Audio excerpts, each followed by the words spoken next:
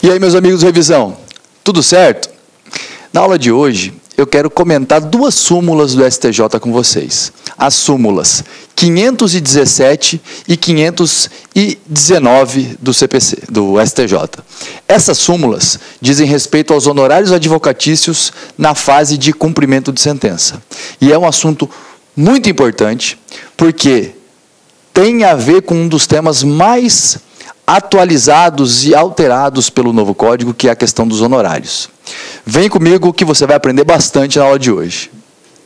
De acordo com as súmulas 517, são devidos honorários advocatícios no cumprimento de sentença, haja ou não impugnação, depois de escoado o prazo para pagamento voluntário que se inicia após a intimação do advogado da parte executada. Essa é a súmula 517. Olha o que diz a súmula 519.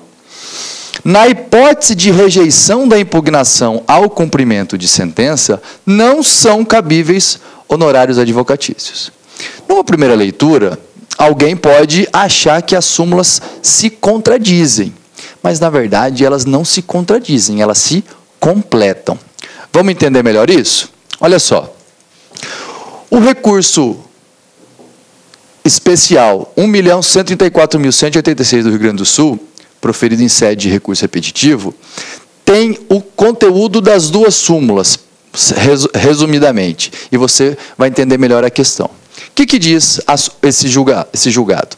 Que são cabíveis honorários advocatícios em fase de cumprimento de sentença, haja ou não impugnação, súmula 517. Não são cabíveis honorários advocatícios pela rejeição da impugnação ao cumprimento de sentença, 519, e tem um complemento aqui. Apenas no caso de acolhimento da impugnação, ainda que parcial, serão arbitrados honorários em benefício do executado com base no artigo 20, parágrafo 4º do CPC. Esse artigo 20 é referente ao CPC de 73, mas o entendimento ainda vale para o Código de 2015.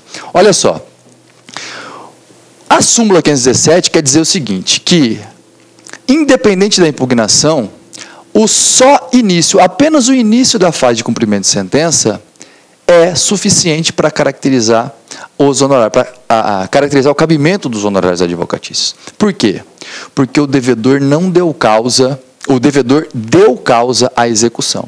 Se o devedor tivesse pago voluntariamente o que era devido antes, naquele prazo de 15 dias, nada disso seria necessário. Ou seja, o processo acabaria e a obrigação teria sido adimplida, satisfeita de acordo com a lei.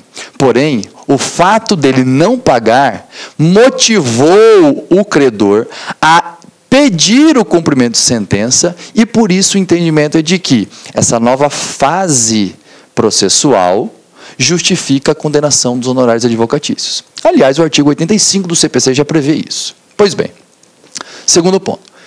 Se houver impugnação, aí é que você tem que saber a diferença entre o resultado da impugnação ter sido favorável ou não.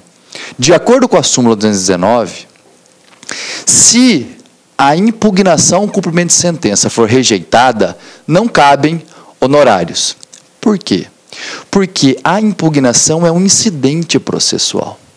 Esse é o fundamento pelo qual entende-se que não é devido honorário no caso de impugnação ser rejeitada. E por fim, se ela for acolhida, cabem honorários, ainda que o acolhimento tenha sido parcial. Você quer ver como vai ficar mais fácil para você entender isso? Depois do cumprimento de sentença, iniciado o cumprimento de sentença, cabe honorário. Isso é tranquilo. Súmula 517.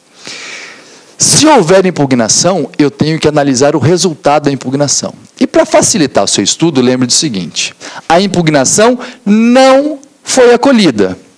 Se a impugnação não foi acolhida, não cabem honorários. Se a impugnação foi acolhida, cabem honorários. É isso que você tem que ter em mente. Eu espero que essa aula te ajude a melhorar o seu aproveitamento nas provas. Muito obrigado pela atenção e até a próxima.